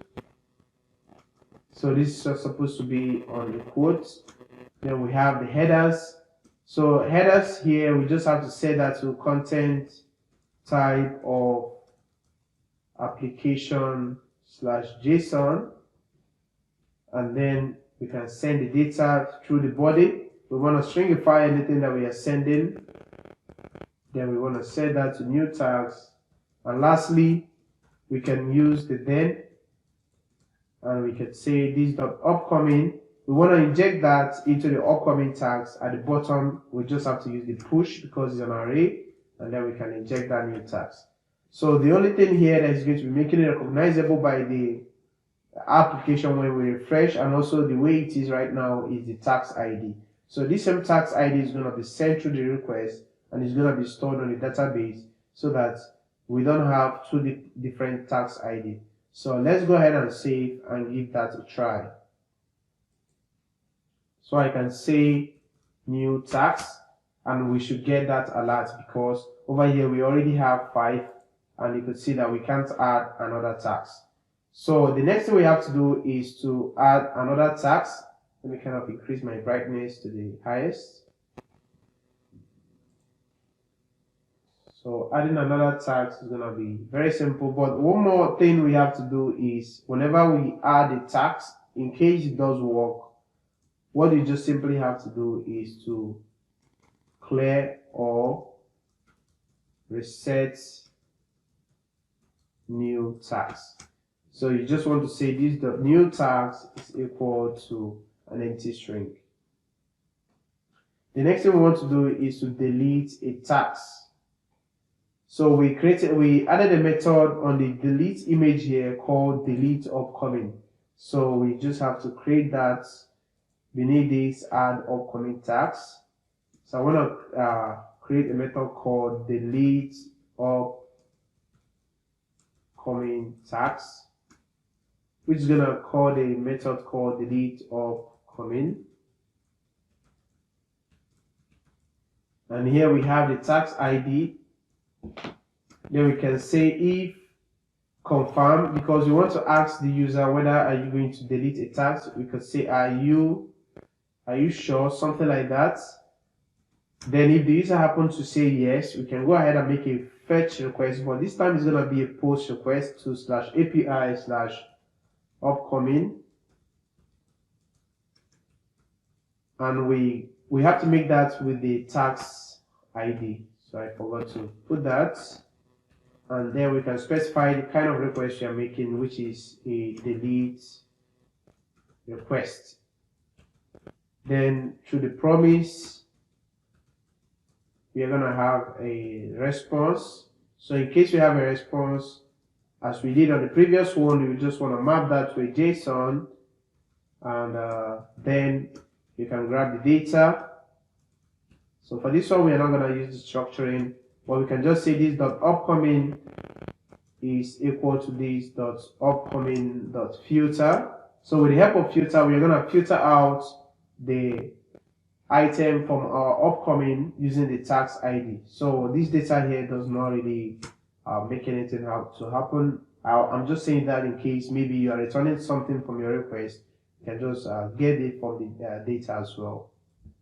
So over here we are going to be filtering with the tags ID, but for this one I'm going to map it to ID. So make sure this is in double parentheses, and it's going to have a callback, which is going to be ID. The ID is not equal to the current tags ID that we pass through the function. So let's save that and give it a try. And hopefully when I click on this, it's going to ask me, are you sure? I say yes. It's going to make a request and get rid of that. And when I click on this, and hopefully when we refresh our application, we should only see 3 items.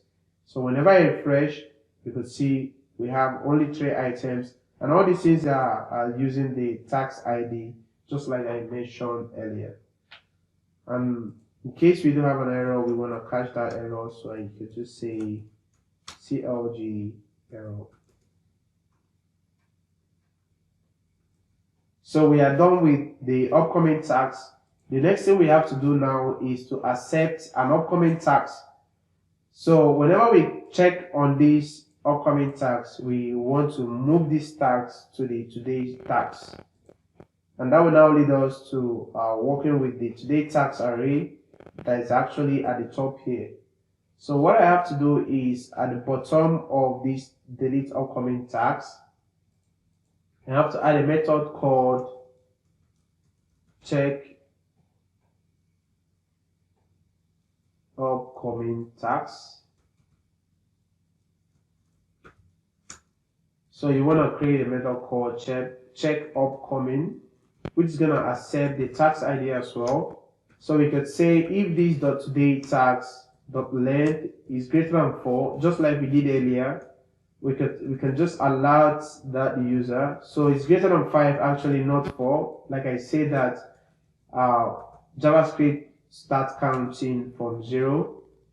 So we can say existing tags. So sorry, complete existing tags, and then we can just refresh our browser. Else, in case it's not greater than 5, we can just call a method called this.addDaily tags. And when we add the daily tags, what it's going to simply do is to add it to I'm trying to remember. because it's kind of 3 days I did this. So for the add daily tags, okay, it's gonna add this to today tags, and also whenever it actually add this to today tags, we also want to get rid of it from the upcoming tags. So this is exactly what we are doing. It's gonna be a two-way thing. The add to daily tags is going to also make a request and add it to the database, or sorry, to the table of today tags, while it's gonna make a delete request to the upcoming tags. It's going to remove it from the UI and also remove it from the table as well from our database. So we are going to create a method called add daily tags. First of all, let's go ahead and call a function called, or just make a request called delete these tags from database. So we can just make a fetch request as usual to API/upcoming, and then we are going to be making that with the tags ID that is passed down, then with this is a method of delete, and then we are going to have a callback. Then inside this callback, we are going to have to delete that from our upcoming tags. We could say this dot upcoming dot filter, just like we did earlier, and we are still going to filter with the tags ID and map that to ID, and we can say the ID is not equal to the tags ID. So this should solve it. We are having an error from where we are not supposed to be getting an error. So let me kind of do this way. Then we are not supposed to be getting an error. It is not supposed to be so. Let me kind of comment this out. And I don't know why we are having an error. I think that is because I didn't add a comma over here. This is, sorry guys.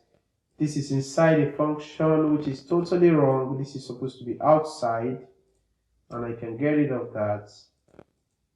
And I can now add a comma here, and that should fix that error. So sorry for that. Kind of got distracted. So let's just go ahead and complete what we started. So we can have it then, which is the callback. So you want to say that this dot upcoming is equal to the new filtered array. So you want to take the tags ID and map that to an ID to say ID is not equal to the tags ID. So let's go ahead and save that. And okay, when I do this, it's gonna delete this from the upcoming, but it's not gonna be added to the daily tags. Let's just use one and give it a try. So you could see it got it deleted. Actually, it's not delete. It's supposed to be checked. So it should. Nothing actually happened. Why? So let's check whether we don't have an error. Or maybe we are not yet using the method. So we have check upcoming, which is gonna, let me just kind of check, and hopefully we should be able to see that. Okay, we are getting an error because, okay, it couldn't go through because we've not yet added this method called add daily tags. So I can say add daily tags. I just want to grab the name over here.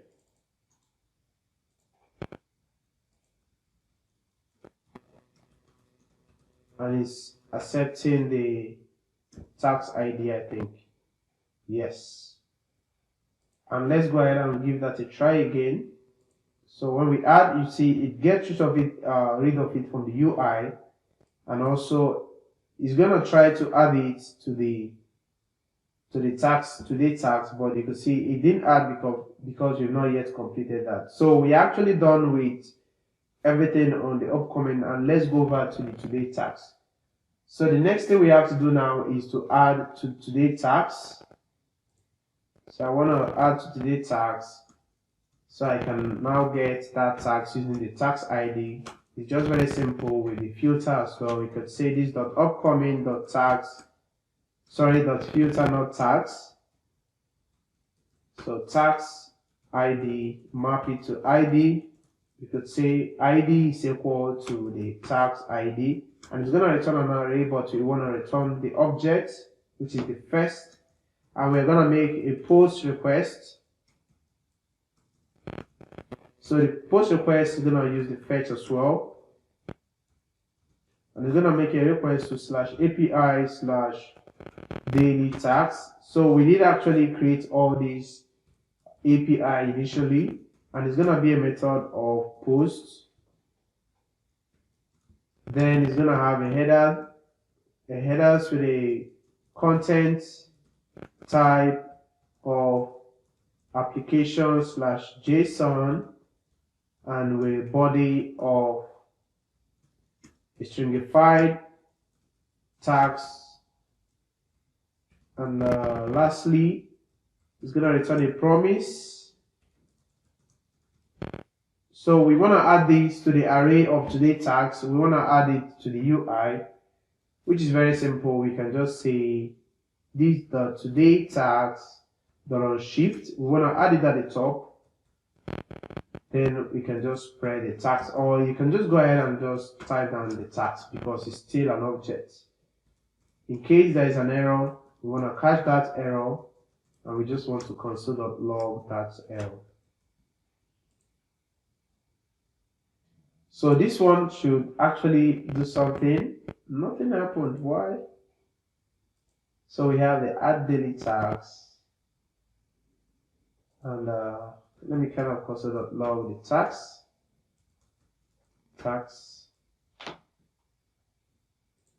And let's go ahead and add a tax. We could say cook a food, go home. I'm just adding a tax. Of course, it will be very dumb for you to use something like this to add a cook a food, because this basically for projects. And let me say go to school. Let's say revive your work, and let's say sleep by 3 p.m. and let's go ahead and add go home. So here we are able to get exactly what we are looking for. It's kind of refresh. Okay guys, I actually kind of know what the problem is right now. The problem is that we've not yet completed the UI markup for the today tags. So we've actually done everything for the upcoming tags. And let's go ahead and complete everything that we need for the today tags. And also one thing I noticed is that when we added the upcoming tags, it didn't make that request to the post request to the API/upcoming, which is actually a problem. And we can just go ahead and quickly fix that.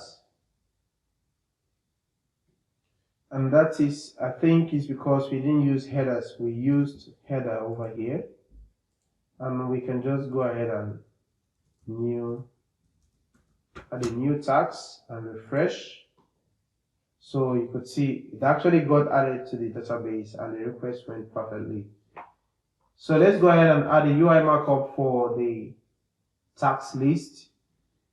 So which is a very simple thing as well, just like we did on this one. So we have double tax list, but this one is for the today tax. So here we're gonna have an LOI, a list. So this list is gonna have a V4, and we are looking for tax in today tax. So let's make sure that we are using the same model. So we are using small t over here, and here we are also using a small t. We don't want to make it capital T, and you want to make this to have S. So here we can use the v bind, and we are binding with the key. We set it to the tags.id. Then we have the info as well, and inside the info we have the left and the right. So it's probably everything that we did here. So we have the info, the left and the right. I just have to grab everything that you see over here, and I can just paste that.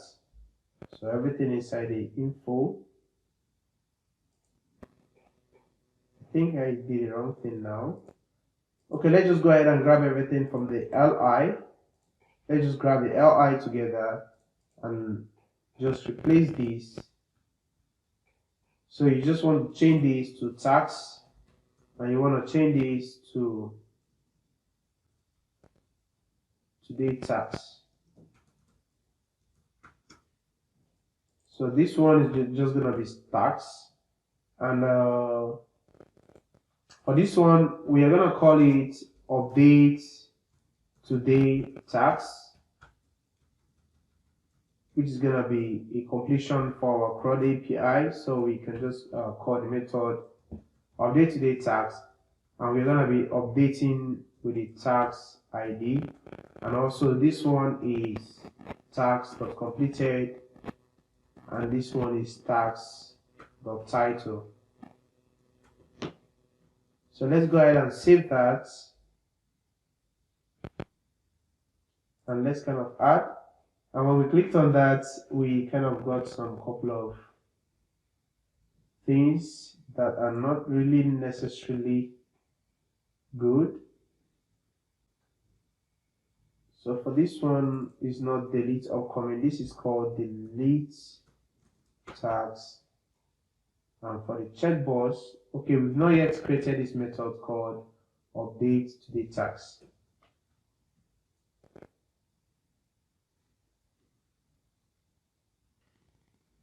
And I think this is because we actually changed this to small today tags, and we are talking about length.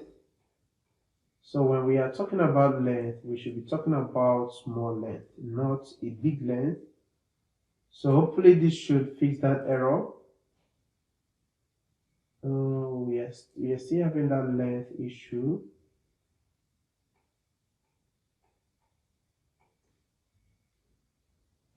And we can go over to the daily tags and kind of try to fix that. And here we are using that same camel case or bevel case, and hopefully still didn't fix it.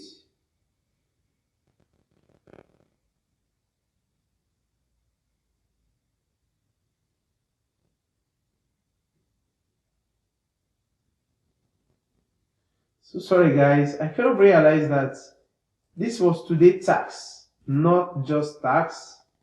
Oh my god, sorry guys for that. So it is kind of funny. So sorry guys. So I tried as much as possible to figure out the issue. So when we check on this, we shouldn't get that error. So right now you could see that it got added to the today tax. So we don't have an error on that again, or we don't have any issue on that. So the today tax is kind of scattered, not properly arranged. And I think it's because we copied directly from the upcoming tags. And most things here doesn't really seem to be the way it is. But nevertheless, we are still going to fix that. And right now, when we refresh our browser, the tags over here is going to disappear, because for now we've not yet actually started grabbing tags from our database.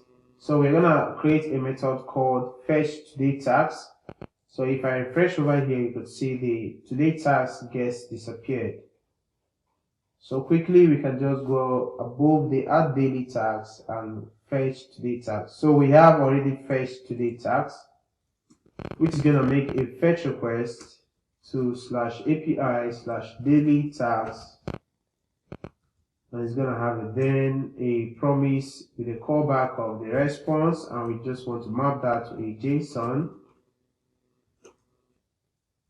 And then we want to grab the data with the structuring, and we can say this dot today tags is equal to that data, and we can just go ahead and catch any error in case there is a single error. So we can just console.log that error. What is it again?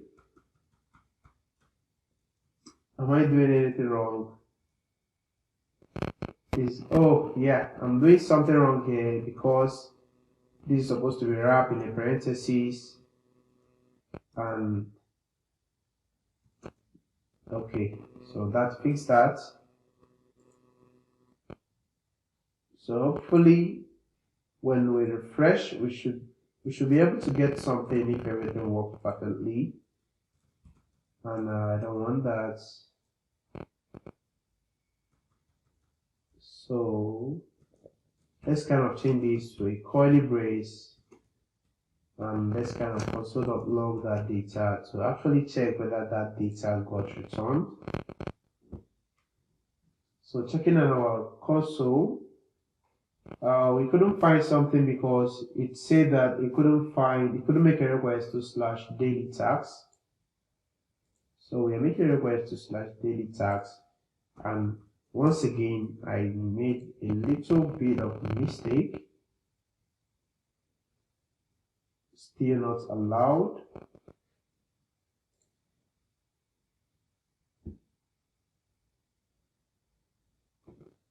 Whenever these kind of things do happen, I usually suspect something from our middleware, because normally the Laravel doesn't allow some particular kind of request. So I usually just add something like my routes over here in order to avoid something like this in the future. So let's just go ahead and add this.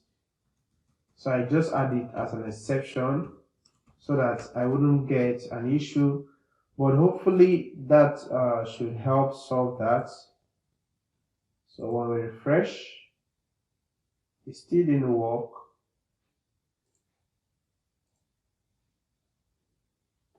And if that didn't work, I think we can go over to our routes and check whether we actually did add that route.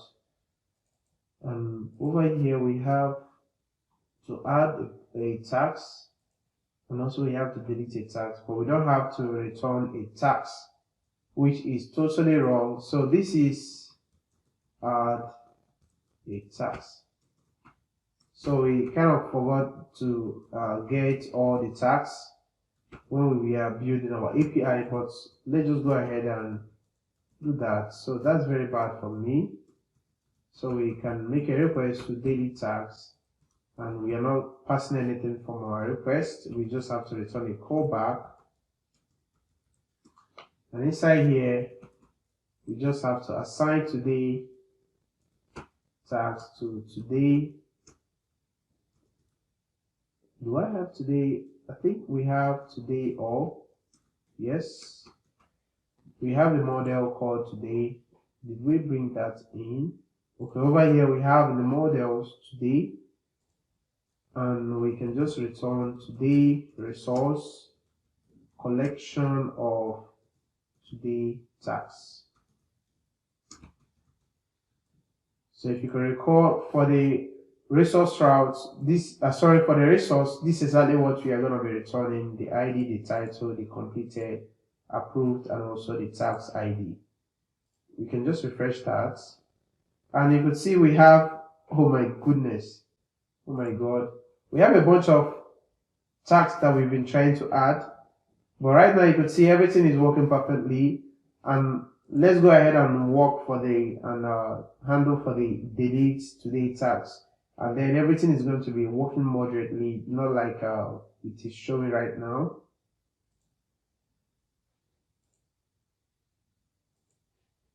So that means that we didn't have that initially, but we've added that, and that will now lead us to adding one more thing called delete today tags. Okay, that wouldn't be the last thing, but after we delete today tags, we have to also update today tags. So I can just simply add delete today tags beneath add today tags, delete today tags. So we could say delete tags with the tags ID. So you want to make sure that the delete today tags is actually coming from, so over here we have delete tags. It's actually coming from today tags, which is delete tags. So we also have to check for a confirmation.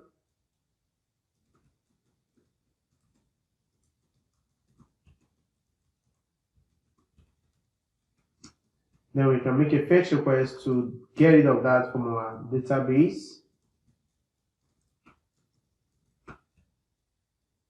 And we are going to delete that with the tags ID. And then we specify the kind of method that we are using. So we have the delete method, and then it's going to return the promise with a response. This one, okay, let's just map that, but it doesn't really do make sense for us. So this is the main important one, but we are not going to be using anything like data. We just want to make a direct request and do whatever we want to do. So we have if confirm. So I think I'm making a mistake again. Yes, and that should fix it. So you can say the today tags is now equal to a filter today tags, and usually we use the tags ID and map that to an ID, and then we can say the ID is not equal to the tags ID. So that should solve it. And lastly, if there is any error, we just want to catch and display that error. So we can just go ahead and save that.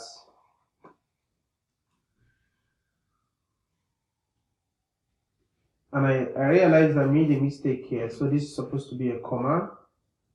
And you can go ahead and save. And let's try again and kind of try to delete something.